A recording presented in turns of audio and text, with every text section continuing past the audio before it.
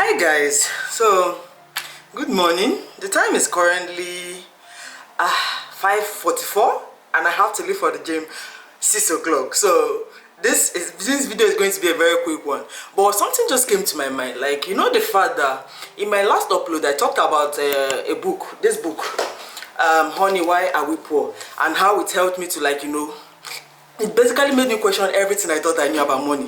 And that is very true. But one thing that I feel like people don't really talk about, or at least productivity YouTubers don't really tell people about, is that reading a book is not very easy. You know, like, I can relate very well to when people say, like, you know, they find it very hard to read books. I have a friend that's always saying that thing because she feels that even me, I read books, but I found out that most of the time when I'm even reading books, like, you know, I have some books behind me over there. So I have, like, you know, Psychology of Money, Atomic Habits. But I can tell you, like, it's not been very easy completing these books, especially the fact that, like, most of these books, I don't really find them very interesting to read. I find myself forcing myself to read these books. But, you know, because I need the knowledge and I know that most informations are hidden in books, I try my best to read them. But it is not very easy. Like, I've had these two books, Psychology of Money and Atomic Habits, for quite a while now, and I still can't find myself, you know, finishing these books.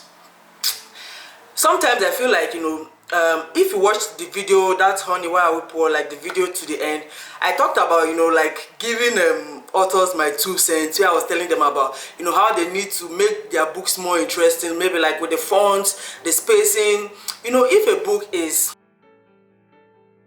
Sorry, I might sound like rushy, but I need to go to the gym like by 6 o'clock. If not, I'm going to be missing my schedule. But basically, this is what I'm talking about. So, you see, I'm still in, like, chapter 6 of the Psychology of Money. And if you look at the writing of this book, like, the spacing, just look at that. Look at how tight. Sorry, my camera can't seem to focus, but I don't know. Like, the spacing is very tight, like... But on the other hand, look at this book. Sorry, this book is not sponsored.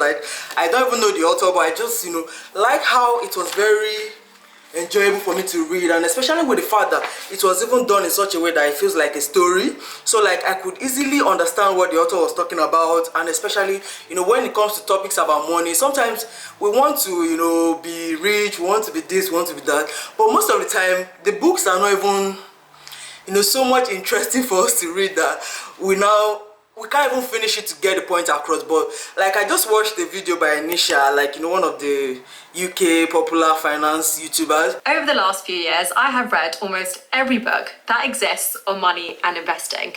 And she talked about reading 14 books. I was like, whoa. For me, before I can even start reading a book, like, especially if I have my phone by my side, like, my phone is distracting me, my computer is distracting me, so many things are distracting me. So, like, and sometimes I try to use the excuse that because I have a 9-to-5 job, like, you know, I don't have the time to read. But then again, if you really think about it, these same people that, you know, have read 40 books, 105 books, 300 books, just look at Ali Abdal, like, oh. They are very inspirational to me, but that still does not take away from the fact that it is very hard to read books, especially if the book is not like a story book. You know, like, I have this wardrobe, you know, full of books. So just look at this wardrobe now. I have books, you know, everywhere. But one book that was very easy for me to read is Alex Rider. Sorry about my coconut flakes. But one book that was very easy for me to read was Alex Rider. And then on the other hand, look at this, the Airbnb story. Like, this one is taking me quite a while. Just look at where I am. Like, for how long? Like, just look at how tiny these writings are. Like, who will read this thing?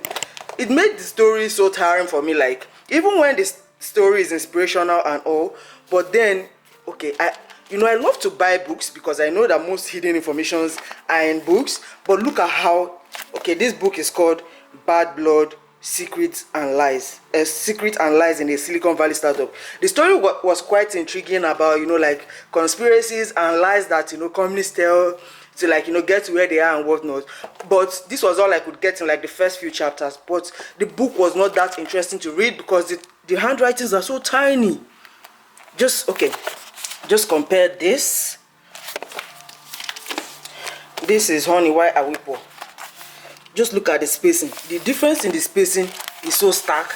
Like, I will enjoy reading more of Honey While I Will Pour than reading this, because these ones, I can't really say they are the best books to read, even though when the stories are, you know, something that you need. So basically, anyway, I'm just saying that I feel like authors need to do much better. Stop putting tiny handwritings. I know you are trying to compact all the information in one place, but if your book was more enjoyable to read, if the book has more spacing, and just go and look at how Honey Why I Will Pour is like.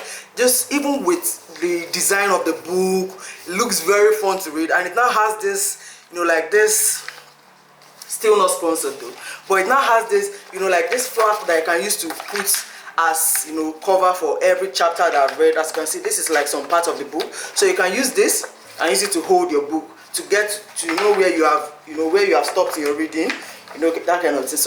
So many things that I feel like authors, especially when it comes to finance, need. The book is big, it's looking like a textbook, but it is still like a finance book. Like, people will find it more enjoyable to read. So that's basically what I'm talking about, because I find it very hard to finish books, and I know many of you can relate. So I'd love to hear from you in the comment section, like, which book have you been struggling to read for quite a while now? Which book have you been trying to read but you can't even seem to open it, because, you know, finance books are mostly boring. Sorry about my looks, guys, but I hope I'm getting the point across, because this is relatable piece right here. Like, I find it very hard to complete books because they are not mostly interesting to read, or they are so voluminous, or their handwritings or the fonts and spacing of the book is so tight knit that it does not just, you know, it's not really pleasing to my eye. I don't know if any of you can relate, but I can relate very well when it comes to this particular topic. So, you know, I will still try to read books, obviously, but I don't know how easy it is. I love to see books. I love to, you know, have a shelf full of books, but the reading part is the harder part.